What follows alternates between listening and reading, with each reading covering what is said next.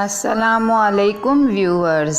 وادی سندھ کی دھرتی نے ہزاروں سال کے دوران لاتعداد تہذیبوں اور معاشروں کے رنگ دیکھے، اور نہ جانے یہ خطہ آسمان سے اترنے والی کتنی ہی آفات اور مصیبتوں کا گواہ ہے، جن میں کچھ کا تذکرہ ہمیں تاریخ میں ملتا ہے جبکہ بہت کچھ رقم نہیں کیا جا سکا۔ سن 1853 میں چارلس نیپیر کے حملے کے بعد سندھ کو ریاستوں میں تقسیم کر دیا گیا، اور ان ریاستوں کو انگریزوں کے لیے ٹیکس جمع کرنے کے لیے زمینداروں کے حوالے کر دیا گیا تھا۔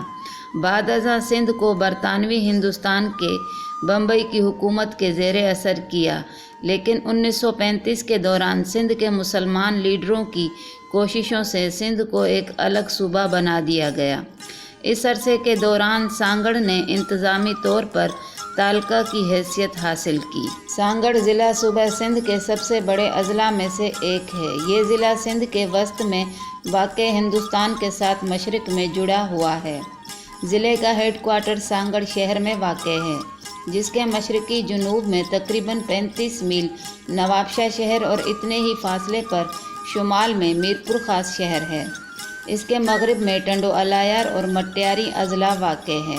اس ضلع کو انتظامی طور پر 6 تعلقوں سانگڑ، جام نوازلی، کھپرو، شہداد پور، سنجھورو، ٹنڈو آدم میں تقسیم کیا گیا ہے۔ سانگڑ ضلع کی بنیادی صنعت زراعت ہے۔ کچھ روایتوں کے مطابق سانگڑ شہر کا نام ایک متقی ماہی گیر خاتون مائی سنگھار کے نام پر رکھا گیا تھا۔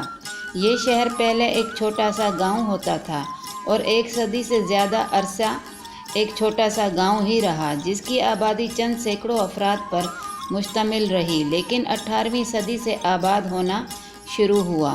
شہر کی زیادہ تر آبادی ملح ہے، جو کہ شہر کی تقریباً 75% ہے، اور شہر میں 90% آبادی سندھی بولتی ہے۔ سانگڑ شہر میں 19% آبادی ہندوؤں کی بھی ہے۔ سانگڑ ضلع کو حر مجاہدوں کے ضلع سے بھی پہچانا جاتا ہے۔ یہ حر مجاہد سید شاہ مردان شاہ ثانی کے پیروکار ہیں، اور انہوں نے سبقت اللہ راشدی کی کمان میں برطانوی حکومت کے خلاف لڑائی بھی لڑی۔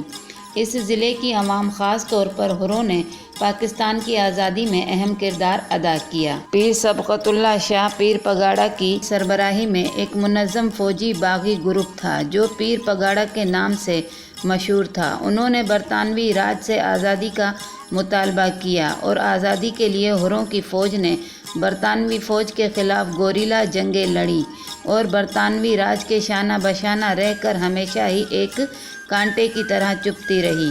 تاریخ میں لکھا جاتا ہے کہ حروں کی جنگ ہندوستان میں برطانوی راج کے تابوت میں ایک اہم کیل کی مثل تھی۔